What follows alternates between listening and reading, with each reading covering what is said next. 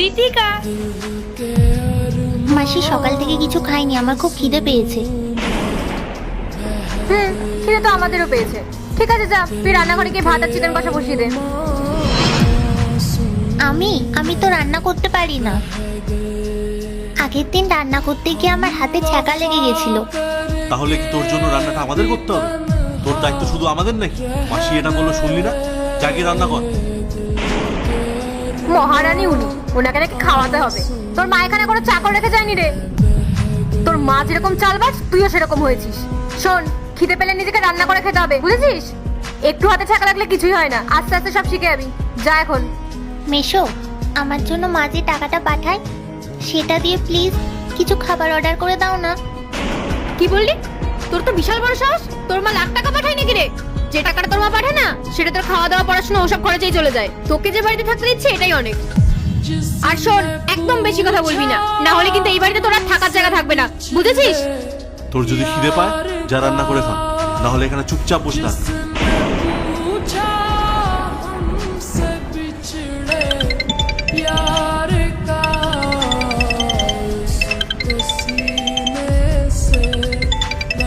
আরে বাস, তোর মা ফোন করছে।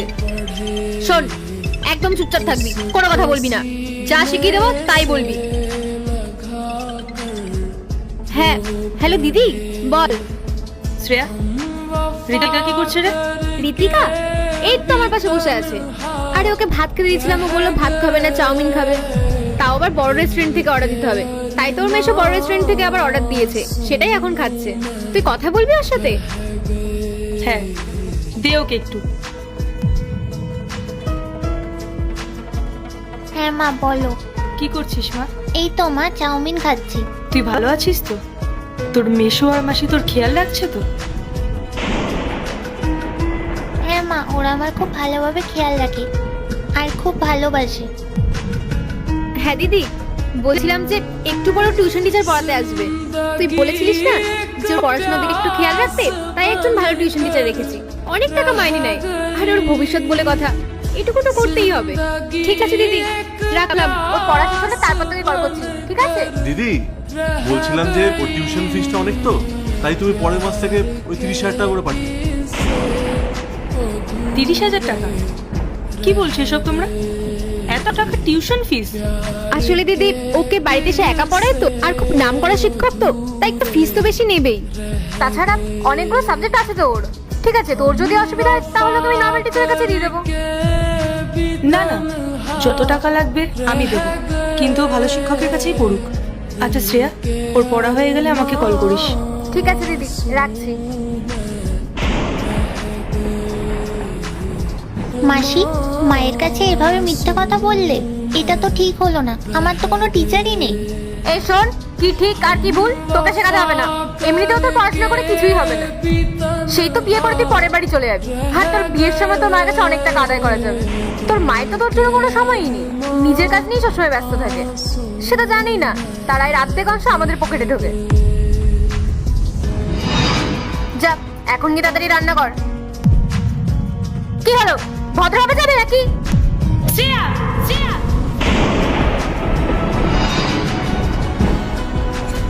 মা,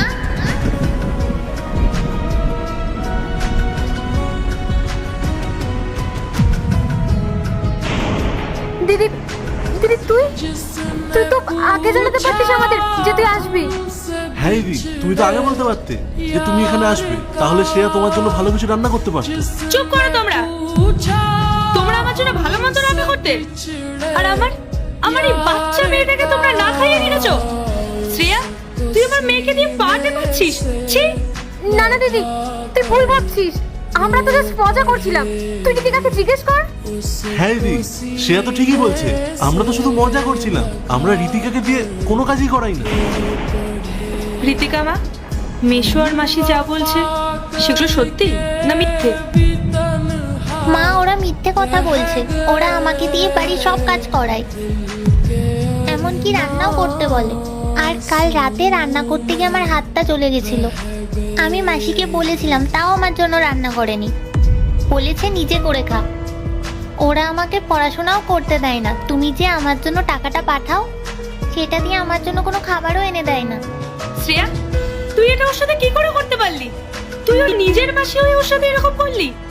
তোর একটু লজ্জা করলো না? তোর টাকার দরকার হলে তুই আমায় বলতি, আমি তোকে টাকা পাঠিয়ে দিতাম। কিন্তু আমার মেয়ের খেয়ালটা তো অন্তত ঠিকভাবে রাখতি। দিদি তুই ভুল ভাবছিস। ও তো ছোট বাচ্চা, ও বানিয়ে বানিয়ে বলছে। আমরা ওর সবসময় খেয়াল রাখি। হ্যাঁ দিদি, ও তো এখন ছোট। ওকে যদি এখন একটা ছোট কাজ করতে বলি, ও সেটাকে অনেক বড় কাজ মনে করে। ঋতিকা মা, এরকম মিথ্যে কথা বলতে নেই শোনা। তোমার মা তো আমাদেরকে ভুল বুঝছে, তাই না? তুমি সত্যি কথাটা বলে দাও মাকে, নাহলে তো আমাদের মধ্যে ঝামেলা হবে। আর মিথ্যা কথা বলো না তোমরা। আমি অনেকক্ষণ ধরে এখানে দাঁড়িয়ে আছি। আমি সবকিছু নিজের চোখে দেখেছি, নিজের কানে শুনেছি। তুই আমার মেয়েকে দিয়ে পা টেপাচ্ছিলি, ওর সাথে অমানুষের মতো ব্যবহার করছিলি। আমার মেয়েটার একটু খিদে পেয়েছিল, আর তুই ওকে কি বলছিলি? নিজে গিয়ে রান্না করে খা। ঠিক শ্রেয়া, শুনতে খারাপ লাগলেও আর বলতে বাধ্য হচ্ছে। তোর এই নোংরা মানসিকতার জন্যই না আজ তোর কোনো সন্তান নেই। একটা বাচ্চার সাথে কিভাবে ব্যবহার করতে হয় তোরা সেটা জানিসই না। মনে রাখিস, বাচ্চারা কিন্তু ভগবানের রূপ হয়। দিদি দিদি তুই আমাদের ক্ষমা করে দে। আমাদের খুব ভুল হয়ে গেছে। আজকের পর থেকে কখনো আর এরকম করব না। আমরা আজ থেকে ওকে নিজের সন্তানের মতোই খেয়াল রাখবো। প্লিজ আমাদের তুই ক্ষমা করে দে। আজকের পর থেকে তোমরা আর সেই সুযোগ পাবেও না। তার কারণ ঋতিকাকে আমি আমার সাথে নিয়ে যাব। আর শ্রেয়া, তুই আমাকে বলেছিলিস না যে তোদের কোনো সন্তান নেই, তাই ঋতিকা তোদের সাথে থাকুক। তোরা ঋতিকার খেয়াল রাখবি? খেয়াল রাখা তো অনেক দূরের কথা, তোরা আমার মেয়েকে এই বাড়ির কাজের লোক বানিয়ে রেখে দিয়েছিলি। আরে টাকার প্রয়োজন হলে আমাকে বলতি, আমি টাকা পাঠাতাম। কিন্তু সেটা না করে তুই আমার মেয়েকে নিয়ে এসব করাচ্ছিস। ঠিক করিসনি এসব তুই। ঋতিকাকে আমি আমার সাথে নিয়ে যাচ্ছি। আজকের পর তোমরা দুজনের কেউ আমার সাথে যোগাযোগ করার চেষ্টা করবে না, বুঝতে পেরেছো? দিদি দিদি তুই ওকে প্লিজ নিয়ে যাস না। আজকের পর থেকে কখনো আর এরকম হবে না। চুপ কর শ্রেয়া, এটা তোর আমার মেয়ের প্রতি ভালোবাসা না, টাকার প্রতি তোর লোভ। মা ঋতিকা, তুমি আমাকে আগে বলোনি কেন যে মাসি আর মেশো তোমার সাথে এমন ব্যবহার করে? মা, ওরা আমাকে ভয় দেখাতো, বলতো বাড়ি থেকে বের করে দেবে, তাই আমি তোমাকে কিছু বলিনি। কত নির্লজ্জ তোরা! আমার আর এখানে এক মুহূর্ত থাকতে ইচ্ছা করছে না। ঋতিকা মা, চলো। দিদি দিদি